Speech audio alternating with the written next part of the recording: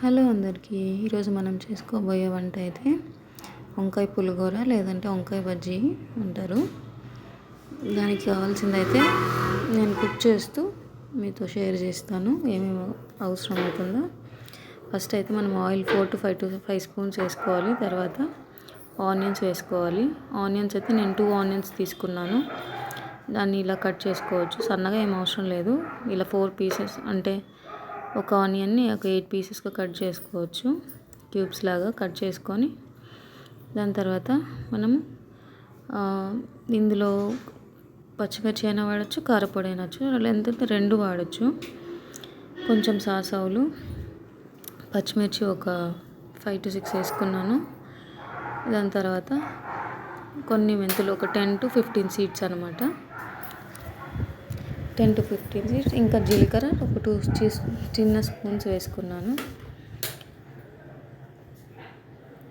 దాని తర్వాత తెల్లగడ్డలు, వెల్లుల్లి 8 to 10 వేసుకున్నాను అనమాట.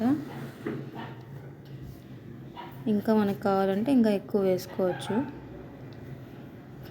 దాని తర్వాత నేను టొమాటోస్ అయితే నార్మల్గా అలానే కట్ చేసి వేసేస్తున్నాను. ముందుగా అయితే ఏం కట్ చేసుకోలేదు. కొంచెం కరివేపాకు వేసుకోవాలి. బ్రింజాల్ అయితే వంకాయ అయితే ఆల్రెడీ కట్ చేసి పెట్టుకున్నాను. ముందే కట్ చేసుకునేటట్టు అయితే సాల్ట్ వాటర్లో పెట్టుకోండి కట్ చేసిన వంకాయలన్నీ. అప్పుడు మనకి అది బ్లాక్ అవ్వకుండా ఉంటుంది. ఎక్కువసేపు అయితే పెట్టకూడదండి. ఎక్కువసేపు పెడితే టేస్ట్ మారిపోతుంది. ఒక వంట చేస్తామనగా ఒక 5-10 minutes ముందైతే కట్ చేసుకోండి. దాని తర్వాత మనము వంకాయలన్నీ వేసేసుకుంటున్నాము. వేసేసుకున్న తర్వాత ఈ గోరుచిక్కుడు అంటారు కదా, అదే మొట్టికాయలు అంటే, అదైతే మనం ఒకసారి బాయిల్ చేసుకొని ఒక 5 minutes కలర్ చేంజ్ అయ్యేంత వరకు వాటర్ దాన్ని పక్కకు తీసేసుకోవాలి. ఎందుకంటే కొంతమంది పైత్యం అంటారు దాన్ని, అది పోవడానికి. వంకాయలు వేసుకున్నాను. తర్వాత టొమాటో కట్ చేసుకుంటున్నాను. టమాటో ఒక 4 to 5 చెప్పాను కదా వేసుకుంటున్నానని. దాని తర్వాత గోరుచిక్కుడు అయితే బాయిల్ చేసి పెట్టుకునేది వాటర్ అంతా పక్కకు తీసేసి గోరుచిక్కుడు మాత్రం వేయాలి. అది వేసిన తర్వాత మనం స్పైసెస్ అయితే వేసుకుంటాము. మీకు ఎంతమందికి ఇలా అలవాటు ఉంది వంట చేసేటప్పుడు అలానే కట్ చేసి వేసేయడం? నాకైతే ఇలా బాగానే అలవాటు ఉంది. ఫాస్ట్గా కట్ చేసి వేసేస్తాను. కాకపోతే చూసుకొని వేయాలి, ఒక్కొక్కసారి పాడైపోయి ఉంటుంది. ఇప్పుడైతే ఏం లేదు, వర్షాకాలంలో అయితే మనం టమాటాస్ చూసి వాడుకోవాలి, పురుగులు అలాంటివన్నీ ఉంటాయి. ఇదంతా అయిన తర్వాత సిమ్లో పెట్టుకొని చేసుకోవాలి. ఇదంతా హై ఫ్లేమ్లో పెట్టుకుంటే పాడైపోతుంది. దాని తర్వాత గోరుచిక్కుడు అయితే వేసేసాను.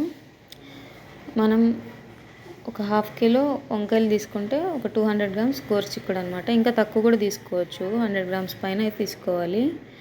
గోరుచిక్కుడు తక్కువ వేసుకోవాలి, వంకాయలు ఎక్కువ వేసుకోవాలి, అప్పుడు టేస్ట్ బాగుంటుంది. నాకు ఇదైతే చాలా అంటే చాలా ఇష్టం. మా మమ్మీ చిన్నప్పుడు ఎక్కువ చేసేది.